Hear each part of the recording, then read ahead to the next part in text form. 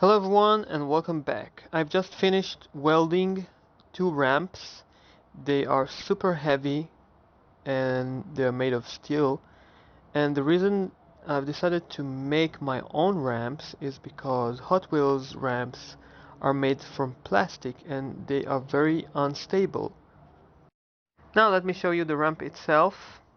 There's no need to add weights in order to make it stable because it is super heavy. The car will not move the ramp even if you miss the jump and you hit the landing ramp. And here is the orange track. You can see it fits perfectly. Since this ramp is made of steel, you can see that the fitting is perfect. There are no sharp edges between the two pieces and the car is just rolling without any interference. Now, if you wish to create a larger gap between the two ramps, all you have to do is to make sure that your car will just move faster because then it will be able to clear the distance. There are two ways that you can bridge the gap. One is by boosting the car, and the second one is just sliding it downhill. Here you can see the fitment. It is perfect.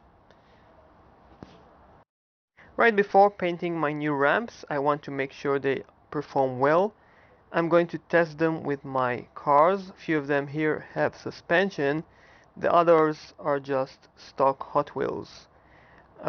This one is an off-road vehicle with larger tires. The others are just road type cars. Some of them have suspension and the others are just regular. Oh, and this Matchbox is stock car with suspension. This one is also modified, and this one is modified as well. Oh, and this one too.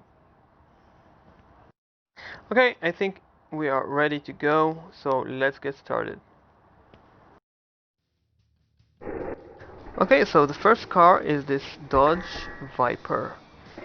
At first I thought that maybe I should have my landing ramp fitted with some side rails, but then because the landing ramp is wide enough, the landing rails weren't so necessary.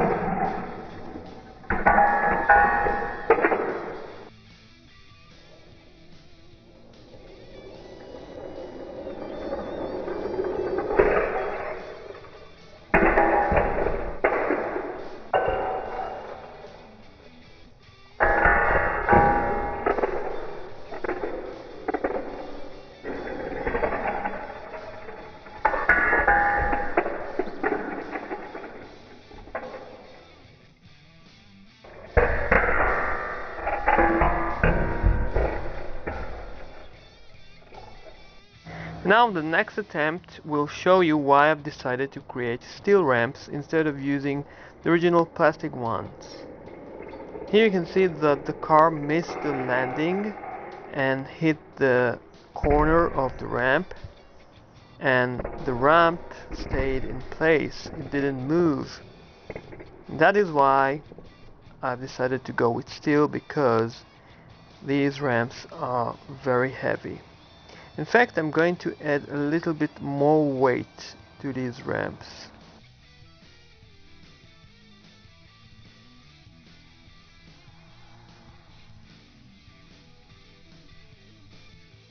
Now for the second attempt of this car, I've made some adjustments, and as you see, the car landed perfectly.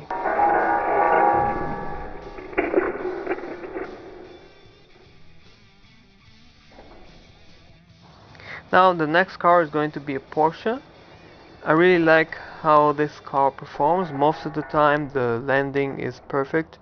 On this particular jump the car tilted to the left. I'm not too sure what happened, but on the most cases this car is jumping perfect, and that is because of the strange weight distribution of this car. Now this car is different than the blue Porsche. The nose always dives first, as you see here. Now the next car, I didn't have much expectations, but it surprised me because for the most part a smaller car will not perform too well because it is unstable because of its shorter wheelbase, but this one performed really well, and it is the Fiat 500.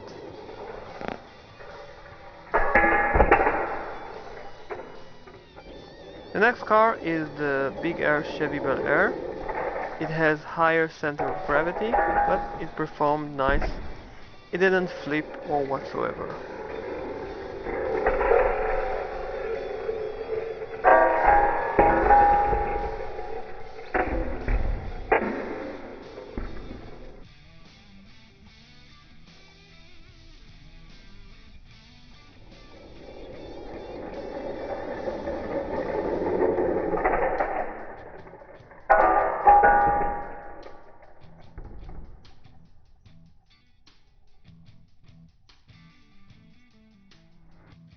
And right before finishing this video, I wanted to test my Chevy Nova with suspension.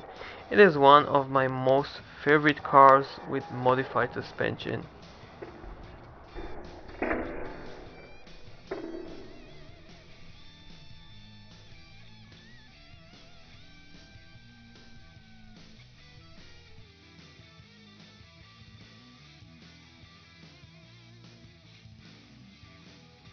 Anyhow, that will be it for today. I will see you soon on my next project. Thanks for watching, and bye bye.